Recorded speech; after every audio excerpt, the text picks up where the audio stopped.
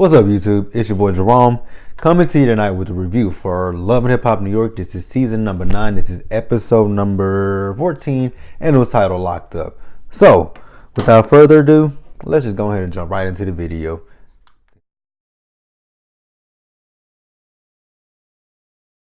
All right, y'all. So, the show, it opens up. It's still in Costa Rica. We still got Joe screaming at Safari about Erica being there, which I don't think is a big fucking deal. But if that's what Joe want to do, let Joe sit there and scream. But again, it's not that big a deal. I don't think that It's not that I don't think. I know Safari know Joe shit. Like, I mean, yeah, you asked him, was he bringing Erica? But him bringing Erica had nothing to do with you. So I don't know why you huffing and puffing and blowing. It's irritating. So then I got even more irritated with them because then they all start to go around and talk to Safari about him bringing Erica. The only person who made a valid point was Juju, who was supposedly the person who put this trip together. So, you know, that I can understand. This is my trip, supposedly, that I put together, and you invited Erica here when you weren't even an invited guest yourself. Well, you were invited, but originally you were not invited on this trip, so I definitely get it. But it became overkill. So then, you know, they all start talking about what they want to burn in the, in the fire. I know Juju said she was gonna burn everything from, you know, her pain and hurt from her past relationship.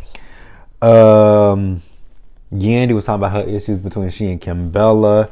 You know, how she abandoned Kimbella because she was being selfish. And, you know, they end up making up with each other. They apologize to one another. And then you see Joe, he apologizes to Sin for the way he acted when she was at the pool and she was twerking. And then, you know, we see them, they all go out and, you know, they all having a good time with the exception of Safari, which I definitely understand Safari because people, I mean, they kept beating him down and berating him for bringing Erica. Like, what the fuck? Like, I did not understand it, and I thought it was overkill, like I said a minute ago. And I'm gonna repeat it, it's overkill. All right, you guys, so looks like everybody is back in the States, and yes, I have changed my clothes for my shirt for a third time. So we see Jewels, he and Kimbella, they are getting ready for his sentencing, which we all know the outcome of that sentencing. He was sentenced to 2 years in prison.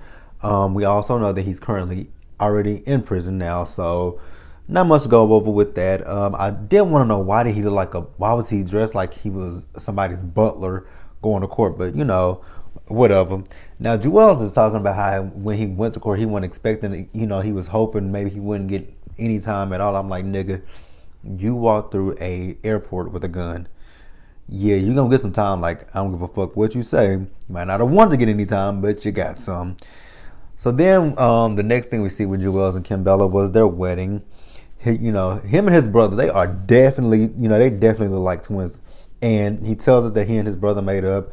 We saw Sin in the wedding. We saw Yandy in the wedding. We saw, who else was in the wedding? I don't forgot. Shit. But yeah.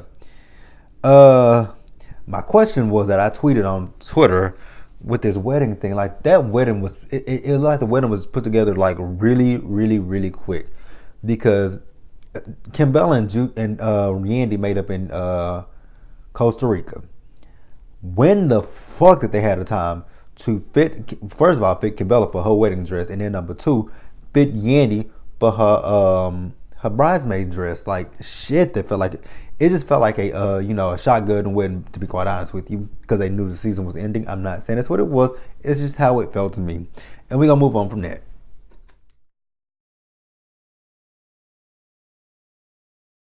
All right, so next we see Joe. He is doing his last live podcast of, you know, State of the Culture for the year. And at this one, he has a big surprise. So then, you know, we see Sin in the audience, and we remember earlier in the season when Sin was at one of his podcasts, and she asked Joe, was she the best relationship that he's been in? And he said yes. So he says, you know, he flipped the script. He asked her this time, am I the best relationship that you have? And she says yes. So then, you know, he has her come up on stage, and he gets down on his knees, and this is where we see Joe when he proposes to Sin, and I think that was so beautiful. Although Joe is corny as hell, I really did like that proposal. He's corny and he's an asshole, but I did like it.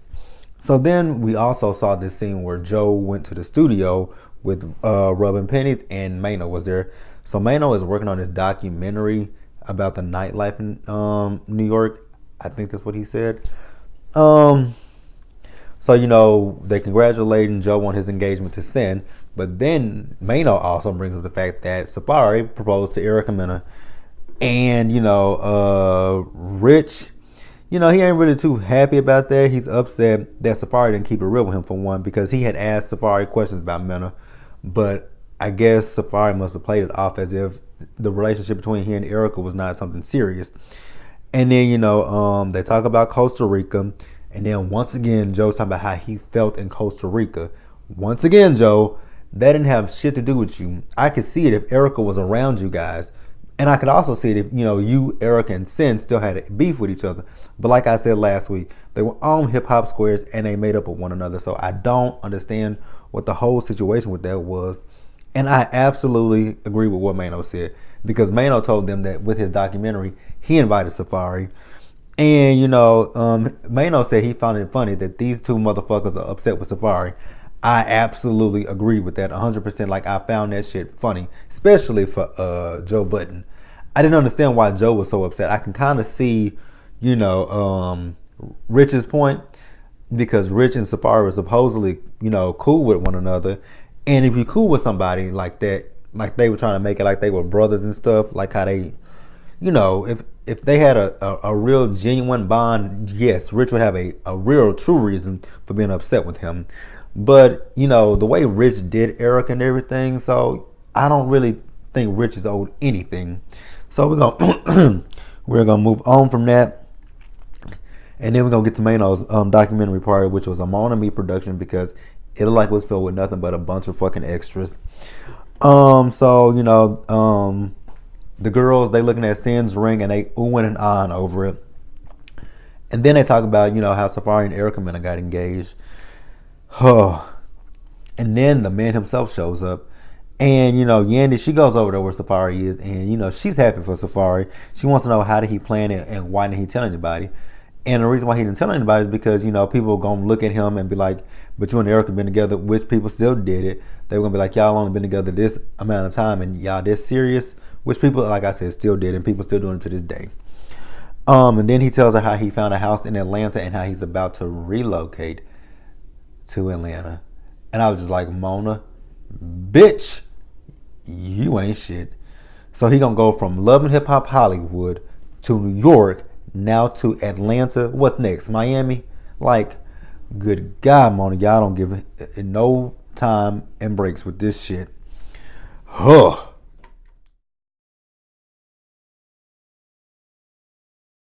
All right, y'all. So then we got the closing. So we got Mano. He's talking about how he's gonna support Maggie, and then Maggie's talking about there's nothing holding her back at this point. We see Alexis. Alexis is talking about she's still pursuing her music career. Okay.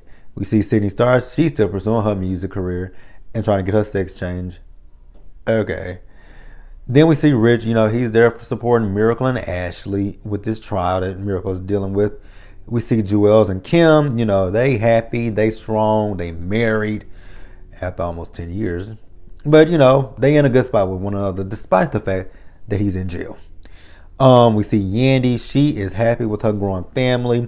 And she's also reconnecting with her sister, Kimbella, who also happened to talk about her on Instagram a few weeks ago.